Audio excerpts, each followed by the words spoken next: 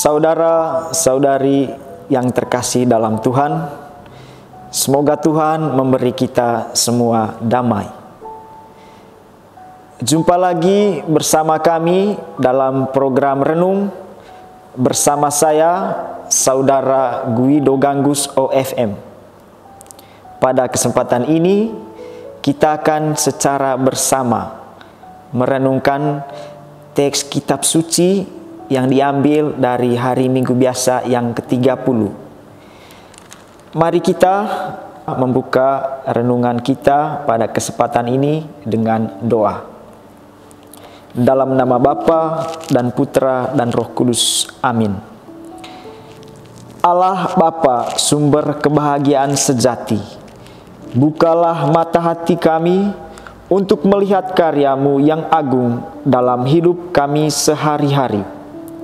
Semoga kami pun rela berbagi kebahagiaan dan saling bekerja sama untuk menggapai kebahagiaan hidup yang sejati, yaitu bersatu dengan Yesus Kristus Putra-Mu, sebab Dialah Tuhan pengantara kami yang bersama Dikau dalam persekutuan dengan Roh Kudus sepanjang segala masa.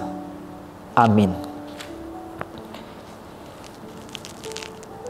Semoga Tuhan beserta kita sekarang dan selama-lamanya.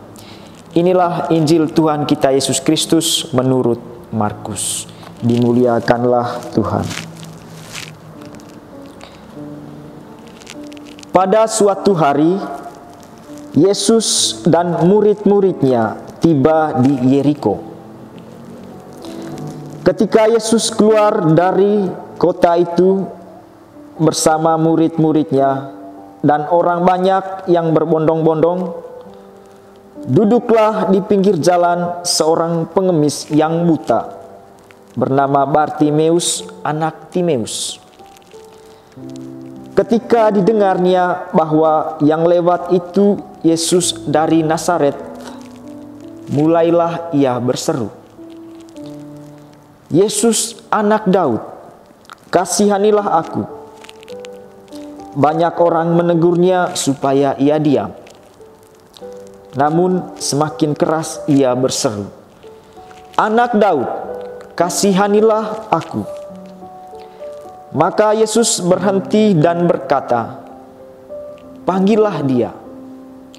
Mereka memanggil si buta itu dan berkata kepadanya, "Kuatkanlah hatimu, berdirilah, ia memanggil engkau."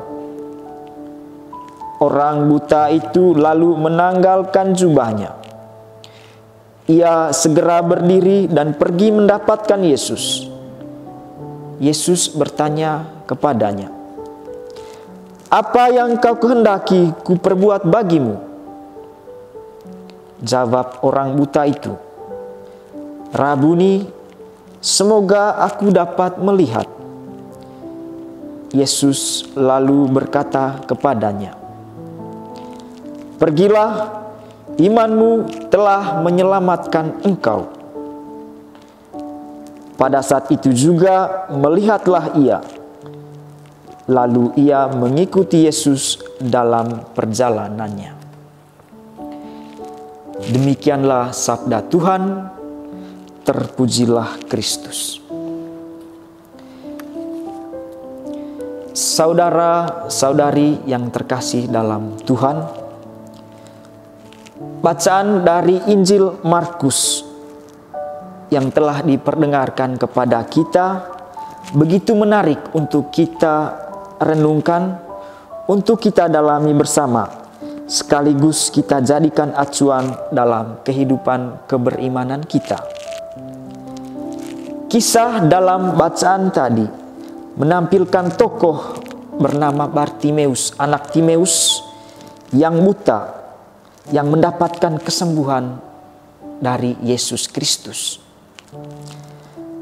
Menjadi seorang Bartimeus sungguh merupakan suatu keberuntungan yang luar biasa, karena dalam keterbatasan fisiknya ia toh dapat bertemu dengan Yesus. Lebih beruntung lagi bahwa dari pertemuannya dengan Yesus itu, ia mendapatkan kesembuhan fisik. ia dapat melihat kembali. Namun perjuangannya tidaklah mudah untuk bisa berjumpa dengan Yesus.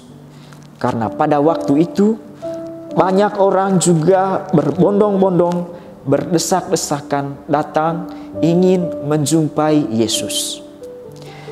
Saudara-saudari yang terkasih dalam Tuhan, melalui bacaan Injil itu, setidaknya ada beberapa butir poin penting yang dapat menjadi acuan atau memberikan semangat bagi perkembangan iman kita. Pertama, menjadi baik itu adalah sebuah perjuangan. Kisah untuk mendapatkan kebaikan atau kesembuhan dari Yesus dalam konteks Bartimeus adalah suatu perjuangan. Mengapa saya katakan demikian? Karena ia memang seorang yang tidak bisa melihat. Dan untuk mendapatkan kesempatan bertemu dengan Yesus, ia mesti melewati kerumunan orang banyak. Walaupun buta, dia tetap semangat hendak bertemu dengan Yesus dengan mengabaikan teguran-teguran orang, keributan-keributan orang, komentar-komentar orang. Di sini poin yang hendak dibangun adalah bahwa untuk menjadi baik itu memang bukan sesuatu yang mudah, karena ada tantangan yang dapat mematahkan semangat untuk menjadi baik, yaitu komentar-komentar orang yang mencibir kita, mengesampingkan kita, menjelekkan kita, dan lain sebagainya. Akan tetapi dalam arti tertentu, seperti kisah Bartimeus, anak Timeus itu, langkah yang tepat dari suatu proses menjadi baik itu yaitu memilih untuk tidak mendengarkan perkataan yang tidak membangun di sekitar kita. Berani untuk percaya walaupun keadaan lingkungan tidak mendukung. Maka menutup telinga terhadap perkataan yang tidak membangun adalah keputusan yang dapat kita ambil jika kita ingin bertumbuh lebih baik lagi di dalam nama Yesus, dan kita mesti tampil sebagai pemenangnya. Yang kedua, membuka diri untuk mengikuti jalan Yesus. Bartimeus menanggalkan jubahnya dan mendapatkan Yesus, hemat saya adalah suatu tindakan simbolis yang penuh makna. Jubah sebenarnya berbicara tentang dosa atau perbuatan yang lama. Di sini Bartimeus bersedia menanggalkan jubahnya yang lama dan menerima jubah keselamatan yang baru dari Yesus. Sesungguhnya Tuhan tidak akan mengerjakan kesembuhan dalam diri kita jika kita masih nyaman menggunakan manusia yang lama kita. Melalui Injil tadi, hal yang perlu ditambahkan dalam hidup kita adalah keberanian untuk keluar dari lingkungan diri kita yang tidak baik, menerima diri sendiri, percaya diri, tidak minder, tidak mudah putus asa.